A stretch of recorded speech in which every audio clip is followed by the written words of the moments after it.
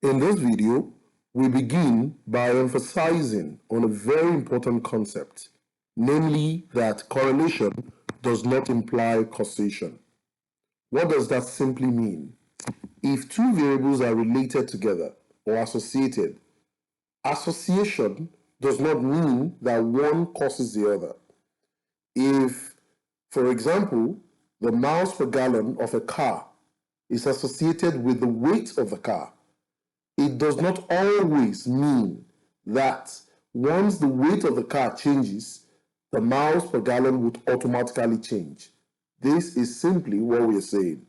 There might be other locking variables, other factors that contribute to the miles per gallon of a car that are not accounted for in the study, but that might what affect the miles per gallon. These variables, if not considered in a study, could help us to see that tweaking or messing or tinkering with the weight of a car might not translate to a difference in the miles per gallon of a car. So again, to emphasize, correlation does not imply causation. Now, we would like to take an example here. An engineer wanted to determine the weight of a car, or wanted to determine how the weight of a car affects gas mileage. The data in columns E and F of the Chapter 4 data set represents the weight of various cars and their gas mileage. We would like to complete the questions below. Determine which variable is the likely explanatory variable and which is the likely response variable. To answer this question, we reason as follows. Since we're interested in how the weight of a car affects gas mileage, it means we're interested in how the miles per gallon responds to the weight of the car. Another way to put that is to see if the weight of a car provides information, useful information at that, to explain the gas mileage or the miles per gallon of a car. In other words, we're saying that we're trying to see if gas mileage in some way depends on the weight of the car. So the response variable will be the gas mileage, and the explanatory variable will be the weight of a car. Now, we recall that the data set is in columns E and F of the Chapter 4 data set, and I've already copied that into StatCrunch. So here we are in StatCrunch, and we have data on the weight and the miles per gallon. So we proceed to the next part of the question. We would like to draw a scatter diagram of the data and choose the correct scatter plot. Well, let's go ahead. We want weight, again, is the explanatory variable, which is x, that is our x variable. This will go on the x variable. And the y, which is the response variable, will be the gas mileage. So let's set that up in StatCrunch. So I'll go to graph, go to scatter plot, and then I'll go to the x variable.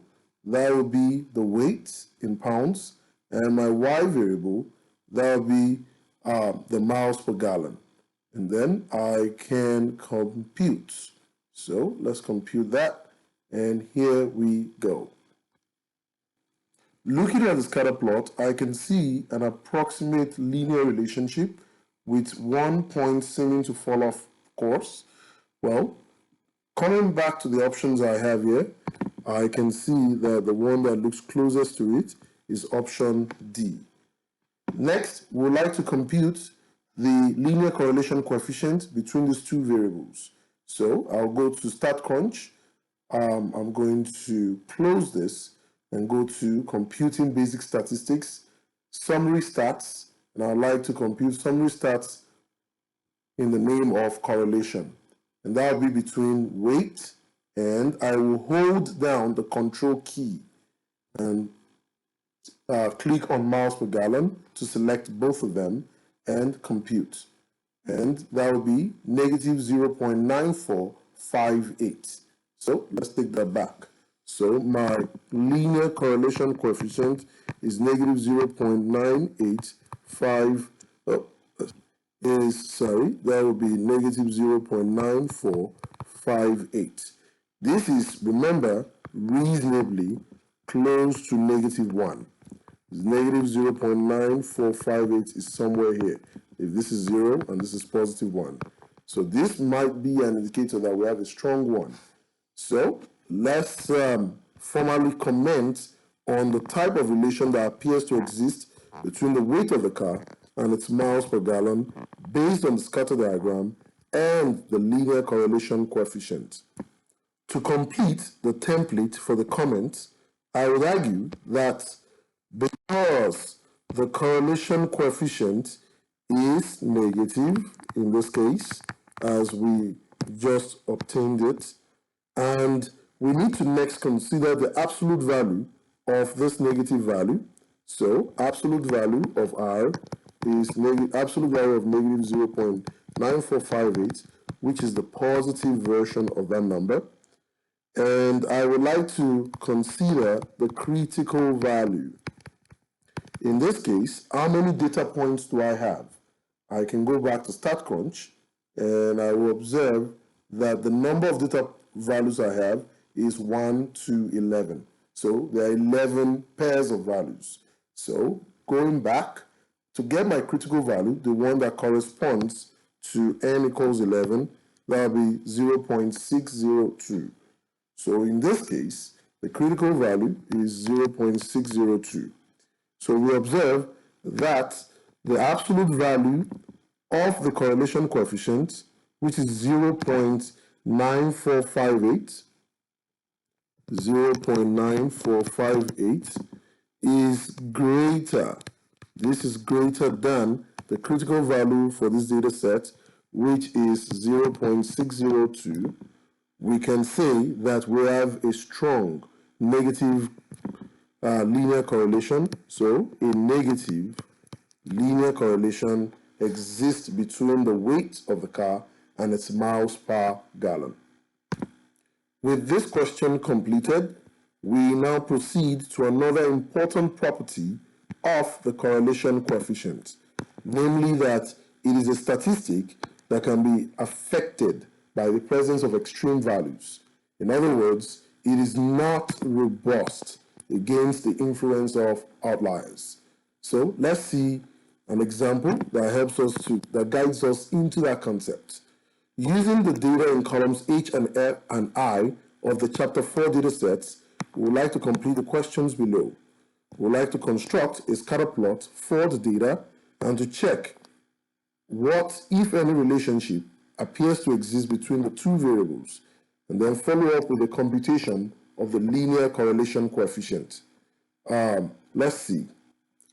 Here on your screen, I can see the chapter 4 data set, and I have columns H and I here. So I have copied that into StatCrunch, where I have columns X and Y here, which are the titles for each of the columns. So with that said, the question we would like to compute next is to compute the linear correlation coefficient and to draw a scatter plot for the diagram. So let's do that. First of all, we go to Graph, Scatter Plot. Our X variable is X, quite convenient. Our Y variable is Y, and then we'd like to compute the scatter plot. So we see that piece right here. And next, we would like to then follow that up after looking at the scatter plot with a computation of the correlation coefficient. So we go to Stats, Summary Stats, go to Correlation, and then we want to choose the two variables, X and Y. And I would like to compute that. The correlation between them is 0.039. So I have 0.039 in this case. From what I can see here, this is a very, very small number that is very, very close to 0. So, based on this number and the scatter plot so far, so going back to StatCrunch, I can pull that up. Let me go back to results I have before, and that is I like to look at the scatter plot for X and Y. This doesn't look so much like a linear relation. I can see the points scattered around. And of course, even the correlation coefficient is so low, very close to zero. So this might be telling me, potentially, that I don't really have an evidence of a linear relationship between X and Y. Now we proceed to question B. We are to draw a scatter diagram of the data with the additional data point 10.5 and 9.3. So our X will be 10.5 and our Y will be 9.3. I'm going to go ahead into StatCrunch and do that. 10.5 and 9.3. So here we go, 10.5 and 9.3. So in this case, I have added that data value. Now, I want to compute the linear correlation coefficient with this additional data point. So that's what I want to do next. And let me see how it then compares to what we have before. So let's go back. I'll go to stats, go to summary stats, go to correlation, and again, X, and scroll up, Control Y, and compute. In this case, we have the correlation coefficient between X and Y is still 0.3934137. So it follows that as it stands, the addition of these extra data points has done no effect in this case. And I'd like to emphasize that is in this case. So the additional data point does not affect the linear correlation coefficient in this case. So that is what we will write here. So the linear correlation coefficient is still 0.039. And at this point, we can say that in this example, the additional data point does not affect the linear correlation coefficient. This answer or this response should go in option or question C, where we are asked to comment on the effect the additional data point has had on the linear correlation coefficient. And that is appropriately stated here, that in this case, the additional data point does not affect the linear correlation coefficient. There are other instances when it will affect it substantially, so watch out for that. Then, the last question here says, explain why correlations should be reported with scatter diagrams. That is because the scatter diagram is needed to see if the correlation coefficient is being affected by the presence of outliers. Again, correlation coefficients should always be reported with scatter diagrams because, on the one hand, we need the scatter diagram to see if the correlation coefficient is being affected by the presence of outliers. What we just said is what I have for you here on the screen, which is the reason why correlation coefficients should be reported with the scatter diagrams.